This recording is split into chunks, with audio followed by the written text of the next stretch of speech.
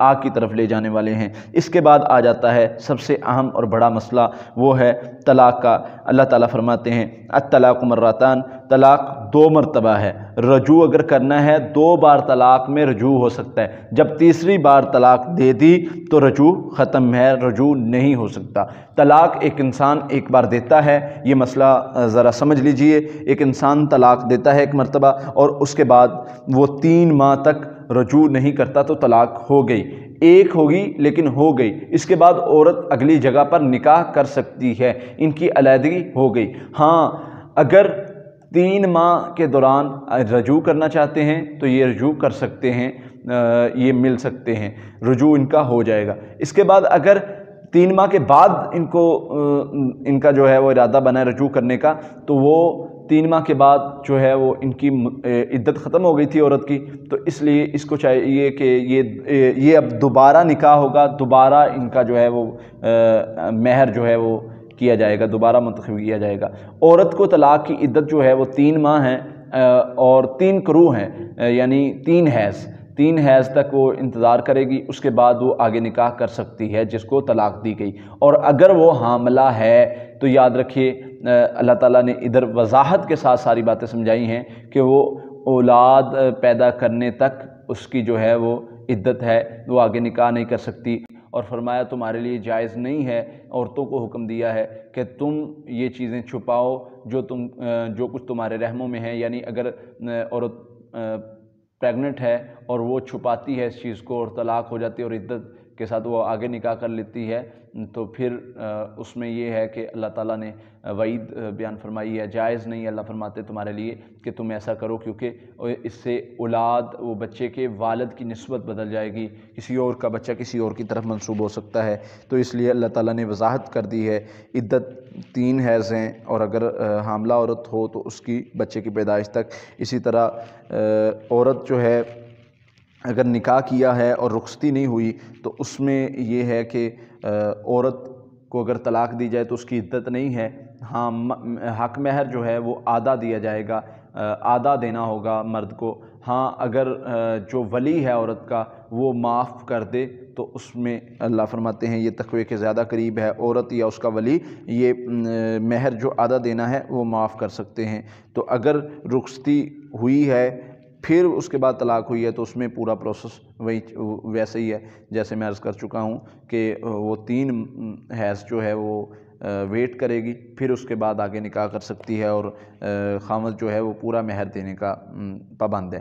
اسی طرح طلاق کے بعد جو ہے وہ اگر 3 طلاقوں کے بعد وقفے سے 3 طلاقیں دی ہیں، 3 طلاقیں ہو گئی، اب دوبارہ ان کا ذہن بنا کہ ہم دوبارہ ملنا چاہتے ہیں، دوبارہ رجوع کرنا چاہتے ہیں، تو فرمایا نہیں، اب رجوع نہیں ہو سکتا، سوال ہی پیدا نہیں ہوتا۔ ہاں اگر اب عورت نے آگے شادی کر لی ہے، شادی کی ہے تو آگے جو ہے وہ اس نے آگے شادی کی ہے تو وہاں پر بھی بات نہیں بنی، معاملات بہتر نہیں رہے، تو اب اس کی وہاں سے بھی طلاق ہوتی ہے تو یہ پیچھے پہلے خامد سے شادی کر سکتی ہے، اس کے علاوہ نہیں۔ ہاں اس مسئلے کو بناوٹی بنا لینا، مثلا اس مسئلے کو اس طریقے سے بنا لینا کہ جیسے حلالہ کہتے ہیں، حلالہ کرتے ہیں کہ خود ہی پہلے طے کر لینا کہ آپ 1-2 دن کے لیے 3 دن کے لیے جو ہے وہ ہم نکاح کریں گے، اس کے بعد طلاق دے دیں گے تاکہ یہ بیوی پچھلے خامد کے لیے جائز ہو جائے، تو یہ طریقہ غلط ہے، نبی صلی اللہ علیہ وسلم نے اس کو حرام قرار دیا ہے۔ اس طرح پہلی تو بات یہ ہے کہ یہ شرط رکھ کے نکاح کرنا کہ 3 دن کے لیے 4 دن کے لیے، تو وہ نکاح نہیں ہوتا، وہ تو ایک ایگریمنٹ ہے کچھ دیر کا۔ تو نکاح کیا ہے؟ نکاح اس پر ایک لمبی بحث، لمبا ٹائم چاہیے کہ نکاح کیا ہے۔ تو بہرحال جو اللہ تعالیٰ نے یہاں پر بات سمجھائی ہے وہ یہ ہے کہ نکاح اگر انسان طلاق دے دیتا ہے کسی کو تو اس کے بعد اس کے لیے جائز نہیں کہ وہ دوبارہ اس سے رشتہ نہیں جوڑ سکتا، مگر اس طرح کہ وہ کسی اور کے ساتھ اگر اس کا نکاح ہوتا ہے، ہاں اگر وہاں سے بائی چانس اس کو طلاق ہو جاتی ہے تو پھر وہ دوبارہ کر سکتے ہیں، اس کے علاوہ کوئی اور تیسرا راستہ نہیں ہے۔ پہلی تو بات یہ ہے کہ اس کو مکمل طور پر ویسے ہی یعنی کہ بار بار اس بارے میں اللہ تعالیٰ نے وضاحت سکھایا ہے کہ بیویوں کے ساتھ اچھا سلوک کرو، ان کو اگر رکھنا چاہتے ہو تو اچھے طریقے سے رکھو، ادروائز ان کو چھوڑ دو، اگر چھوڑنا ہے تو بھی اچھے طریقے سے چھوڑ۔ تو یہ ساری وضاحت تھی۔ تو اللہ تعالیٰ سے دعا ہے اللہ تعالیٰ جو ہم نے سنایا ہمیں اس پر عمل کرنے کی توفیق عطا فرمائے، جو کمی کوتاہی ہوئی ہے مجھے اللہ معاف فرمائے، اور جو میں نے اچھی بات کی ہے یہ اللہ کے فضل کی وجہ سے ہے۔ اللہ تعالیٰ دین کا اور زیادہ کام لے۔ السلام علیکم۔